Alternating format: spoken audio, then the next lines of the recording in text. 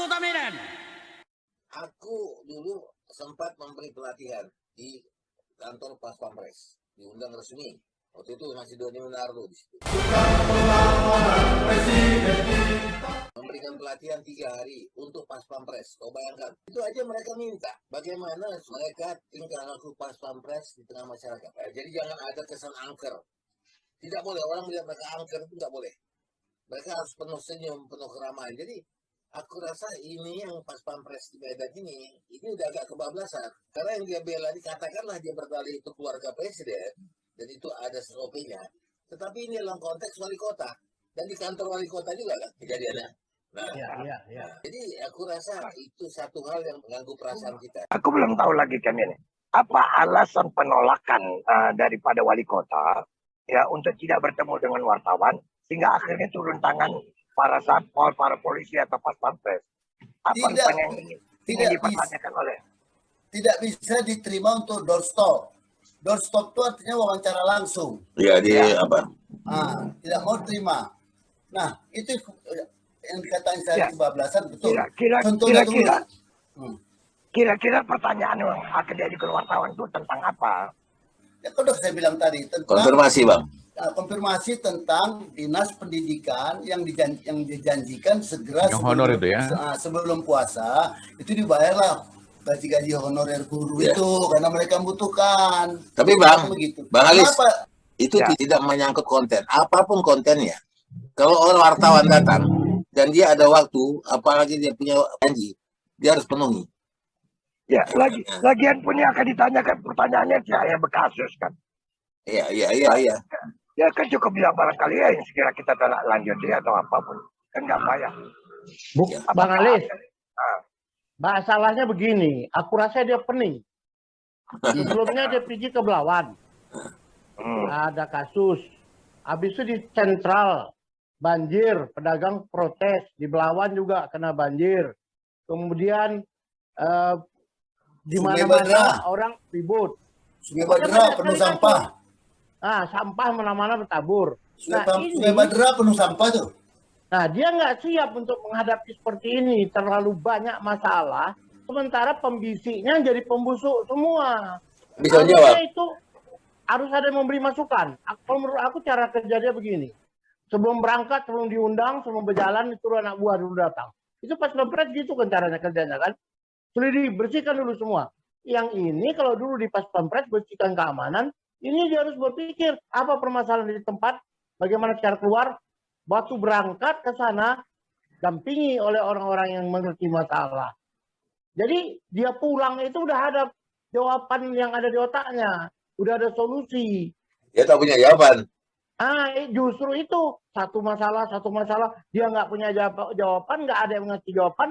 Pokoknya aku nggak, jangan ganggu aku lah, aku ribut, aku capek nih katanya. Apalagi jawaban belum disiapkan Humas, materi persoalan belum dibacanya. Itu dia.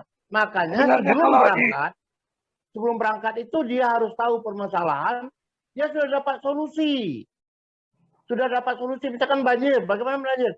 Ya banjir dulu sejak lama, aku nggak mampu. Bisa jadi. Nggak bisa tiba-tiba, aku aja kalau salah. Ya. Nah, pembisik ini jadi pembusuk, tapi karena pembusuknya nggak tahu ya busuk sendiri. Akibatnya kan bos yang kena. Ini omongan Jaya soal pembusuk ini bisa dibuktikan. Ini buktinya.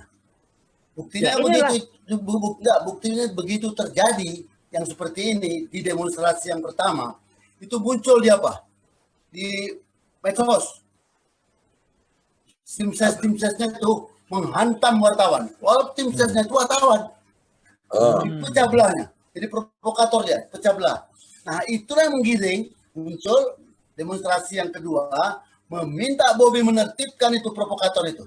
Tindak tegas itu. Dan wartawan juga? Wartawan. Nah, ini dia, jadi ini pecah belah.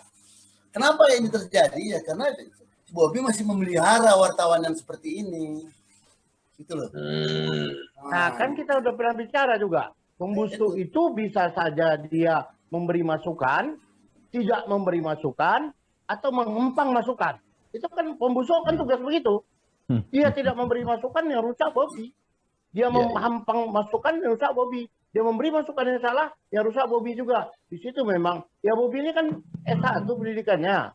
Kan artinya Otaknya cukup Wah. untuk mencerna ini. Tapi kalau dikelilingi oleh orang-orang yang tidak memberikan penyelesaian yang baik, ya tidak selamanya dia harus mengakui dia tahu semua jawaban. Tidak selamanya dia mampu memberi jawaban. Satu saat kalau dia bilang ini nggak mampu, aku ini udah terlalu lama. Ya, Masalahnya betul. kenapa nggak itu yang dilakukannya? Ya, jadi ya begini, teringat aku begini.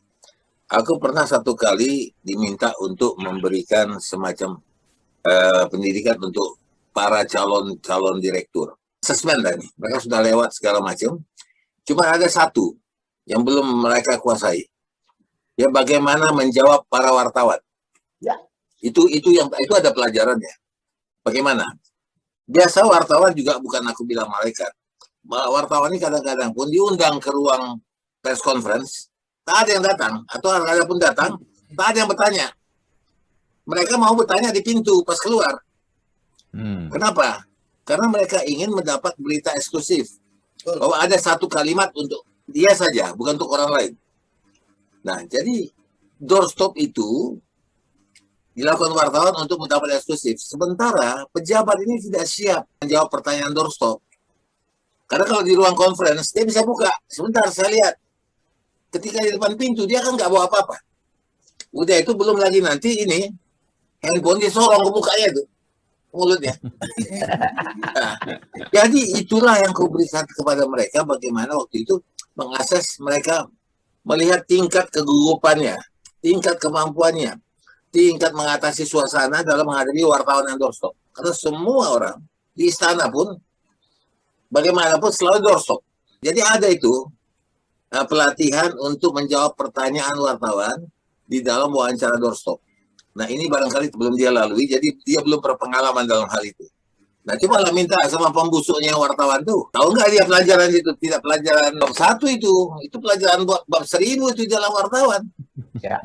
Dan tambahan, itu untuk wartawan, untuk uji kompetensi wartawan supaya dia kompeten untuk menjadi wartawan, ujian yang paling pertama itu wawancara doorstop itu. Iya. Kalau dia tidak mampu doorstop, dia bisa nggak lulus. Ya, aku mau cerita sedikit, aku juga bukan mengatakan bahwa wartawan malaikat ya. Aku juga pernah begitu. Seorang wartawanku dulu, ya, pernah dilaporkan oleh pihak kejaksaan karena katanya berbuat tidak sopan, ya. Jadi dia tidak boleh lagi duduk di sana. Jadi aku bilang ya, kenapa nggak boleh lagi jadi wartawan di kejaksaan? Karena berlaku tidak senonoh. Oke. Kemudian mulai kawan-kawannya, Bang Alis, kawan-kawannya itu mulailah ribut di kantor kejaksaan ini. Di sini di pusat nih, bahwa mendukung dia nih, bahwa dia katanya ditarik dari meja hampir terjatuh. Dia tanya, kenapa bisa dia ditarik dari meja? Emang di mana dia? Oh dia berdiri di atas meja, katanya. Jadi dia naik ke atas meja pegawai, meja orang kejaksaan untuk memfoto dari atas. Dia ditarik oleh security supaya jangan menginjak meja orang kerja. Nah akhirnya aku bilang sama wartawan aku, kau yang salah. Kau masuk ke rumah orang, kau injak mejanya. Kau datang ke kantor aku injak mejaku. Udah untung kau aku tarik. Aku bilang, kalau aku pecat. Jadi jangan juga merasa wartawan ini bahwa dia itu berlaku benar semua. Nah, jadi kalau Sian Madi tadi bilang, mudah-mudahan tidak ada wartawan yang salah. Mereka hanya mau konfirmasi, minta berita, tetapi kemudian tidak diladeni. Seharusnya Bobby menjanjikan satu waktu. Kan nggak apa-apa kalau pejabat bilang. Seperti yang dilakukan polisi sekarang. Kalau untuk menjawab. Ya. Maaf, kami belum terima data-datanya. Kami akan sampaikan nanti jika kami sudah menerima data-data yang lengkap. Sehingga yang kami berikan kepada kalian itu adalah berita yang akurat. Kan itu bagus sekali. Kalau bilang tadi ya, bahwa dia belum menerima laporan, banjir itu kenapa, bilang aja, dia belum dapat data kok. Tapi betul-betul dikasihkan. Jangan 3 hari, 2 hari, tunggu 4 hari, 5 hari, seminggu. Iya. Jangan. Sebenarnya kalau jadi ini dilihat dari tadi kan bicara tentang konteks wartawannya ya. Tapi dari konteks yang sumber berita ini juga kadang-kadang suka direpotkan oleh kehadiran wartawan yang notabene tadi disampaikan oleh Is mungkin ada etika dan lain sebagainya. Aku pernah ada beberapa kali pengalaman nggak enak juga diserbu oleh wartawan. Ya pada ada satu acara, ya kita nggak ngomong apalah. Kadang-kadang kehadirannya itu hanya sekedar hanya memenuhi karena ada acara rame-rame, ya mungkin berita pun dia nggak kutip sampai ini kok dia tinggal minta sama teman-temannya. Nah, tapi ujung-ujungnya ya ini mungkin masih ada nggak ya hari ini yang isu tentang misalnya wartawan amplop dan lain sebagainya. Nah ini juga kadang-kadang kita jadi negative thinking juga melihat kondisi ini datang rame-rame ini dalam konteks apa gitu. Memang betul-betul murni mau dapat berita atau ada tujuan yang lain gitu loh. Nah, pernah nggak dipelajari? Ini dia. Kalau sekarang ini, dulu kalau wartawan amplop dengan wartawan yang benar, itu kita nggak bisa bedakan. Sekarang kita bisa bedakan. Bahkan wartawan yang benar, kalau ada wartawan amplop, mereka usir itu.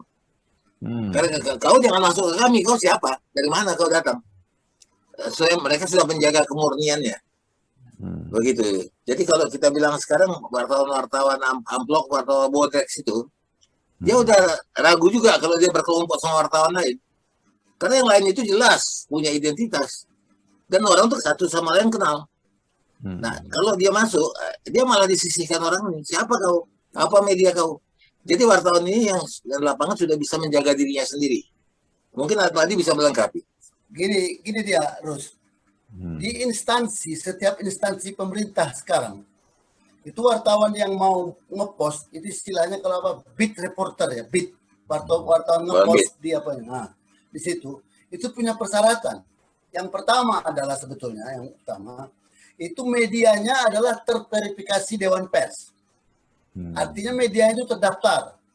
Untuk media yang terdaftar itu pemimpin redaksinya harus sudah UKW utama. UKW utama itu harus jadi redaksi sehingga bisa terdaftar. 2, wartawan yang tugas itu juga harus sudah UKW, uji kompetensi wartawan minimal mula. Nah, jadi yang sekarang kalau pasukan bodrek itu tersingkir dengan sendirinya. Pasukan bodrek itu tahu kan artinya kan? Saya datang ini terus, nanti kan saya kasih tahu aku dapat dari terus loh 5 juta gitu misalnya. Masuk lagi, datang lagi yang lain, baris pakai pasukan bodrek. Nah, itu yang kata Idrus Pening kepala Idrus sebagai narasumber ya kan. Iya, betul. Sekarang udah nggak bisa. Satu. Yang kedua, kalau misalnya orang sekarang misalnya katakanlah Idrus misalnya kasih uang Pak, kalau enggak Bapak saya beritakan, itu nggak mempan lagi, nggak mau orang kasih uang. Kenapa dikasih uang tuh? Kalau misalnya media sosial beritakan sama aja. Terbuka juga. Nah, jadi dengan era global sekarang hal seperti itu hilang sendiri, Rus. Ya. Tapi memang perlu juga ini keseimbangan kan aku juga ngalami karena aku pernah kejadian di Jakarta ya di Balai Kartini. Begitu aku ramah itu jadi sasaran gitu. Malah kan akhirnya aku lihat orang begitu ditegur sekedar aja langsung pergi. Walaupun kita bukan siapa-siapa, mungkin karena ada di kelompok yang ini dia lihat wah ini boleh juga ini dapat apa. Ya kan yang dikejar apa? Sampai aku ke mobil itu dikejar, mau semua. Sebenarnya kita bukan siapa-siapa. Kalau aku bilang, para pejabat-pejabat sekarang, termasuk aku lah barangkali ya, akan suka kalau dia didatangi oleh wartawan olahraga. Kan pasti akan bicara soal lain-lain kan begitu. Ya kan? Tak mungkin kita bahas tentang politik, karena medianya media tentang olahraga kan gitu. Bang, ada juga politik, sepak bola banyak kali politik itu, duit. Ya, tapi kan kalau media itu kan memuatkan berapa nyari paling-paling pasar taruhan kan gitu. Iya. Jadi nggak terlalu repot kan gitu. Nggak ada. Jadi gini, kalau aku lihat ya bahwa memang wartawan ini bukan malaikat selalu begitu, ya. Tetapi ada juga wartawan kita yang nakal. Aku mengalami kok, ya. Beberapa anak buah aku tuh, wah itu banyak juga yang nakal. Ya, tapi kenakalan mereka tuh bisa kita redam juga. Maksudnya kasih tahu mereka cara yang benar, karena mereka nggak tahu. Kadang-kadang orang biasa tiba-tiba jadi wartawan, itu kayak banpol dapat peluit, semua disempritin ya. Ini juga gitu, begitu jadi wartawan, semua orang mau diberitakan ya. Penting tak penting, pokoknya nampak orang kawan itu pakai baju safari, kejar. Tak tahu dia apa yang ditanyanya. Nanti di depan orang itu bang biasa ya wartawan begini, dia tidak akan membuat pertanyaan, dia cuma nompang ini aja, handphone, numpang Hmm. sorongkan ke mulut. Dia nggak pandai bertanya karena dia nggak tahu, nggak menguasai beritanya. Dia nggak pandai. Nah, itu kalau ketahuan. Maka dulu waktu aku masih megang Trijaya itu Bang, grup ya semua, itu wartawan aku bilang, ku haruskan setiap wartawan yang mau wawancara harus bertanya. Anda jangan hadir satu acara tidak bertanya. Kenapa Bang pada saat itu Bang? Karena aku bilang ini, kita punya mic yang ada logo Trijaya itu, aku mau disorot TV. Dilihat orang.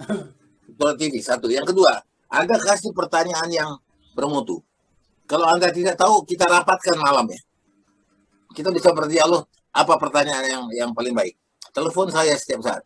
Saya kasih pertanyaan yang benar, yang berkualitas. Dulu Pak Emil Salim ditanyai oleh wartawan.